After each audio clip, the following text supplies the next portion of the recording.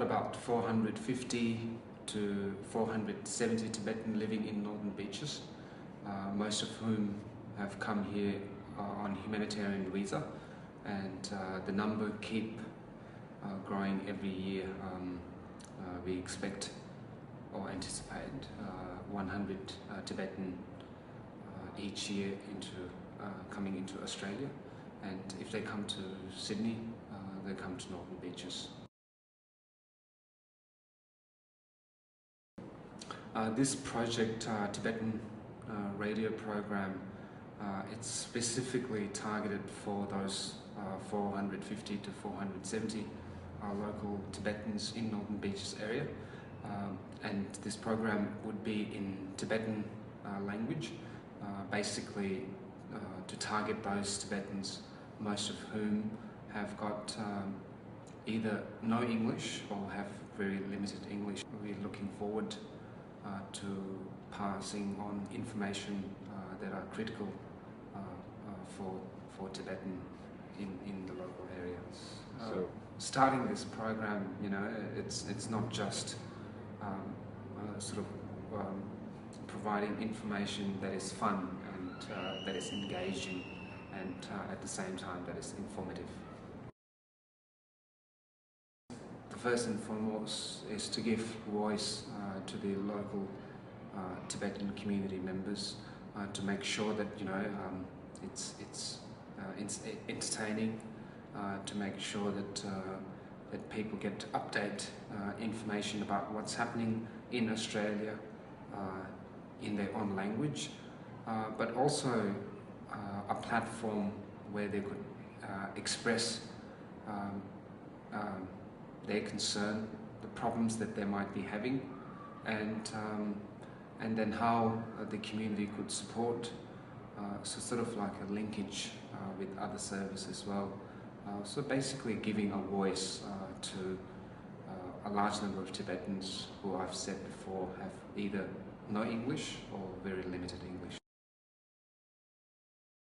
In 2007 we did a consultation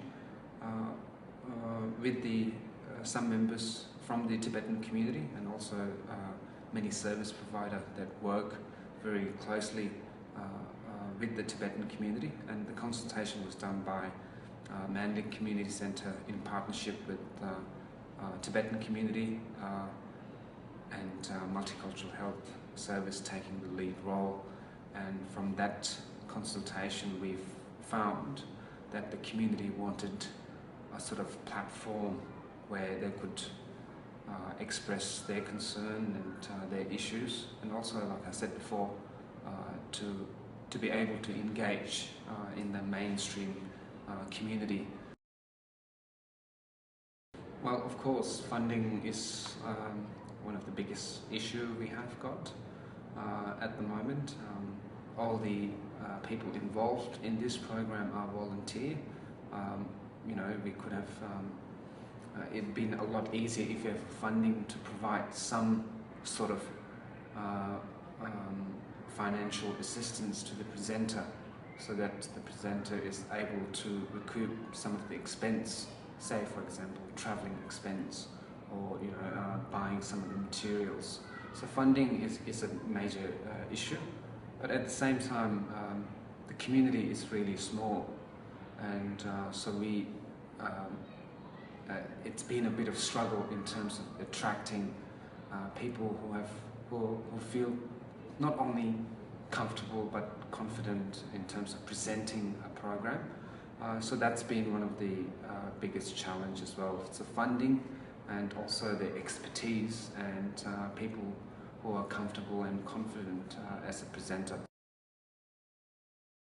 We have just started in terms of training some of the potential presenter.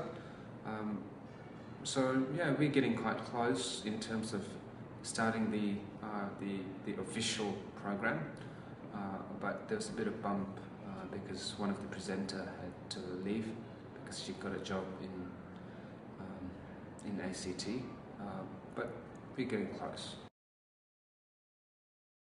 My main role is compiling the music, so I'll be first Tibetan DJ in Sydney. I've started compiling music from Tibet, so we have a number of Tibetan artists that the CDs are available, and I've also got a number of CDs from a Tibetan artist that have grown up in exiled communities like India and US. So it's a sort of traditional as well as pop music.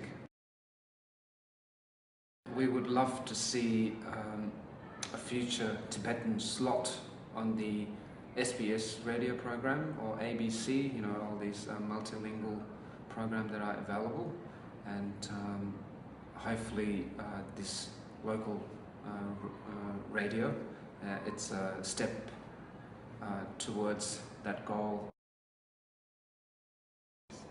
Well, usually we say, you know, majority of Tibetan, no matter where they are, we always aspire to be happy, and hopefully that'll remain unchanged. That, you know, the goal is to live a content and happy life.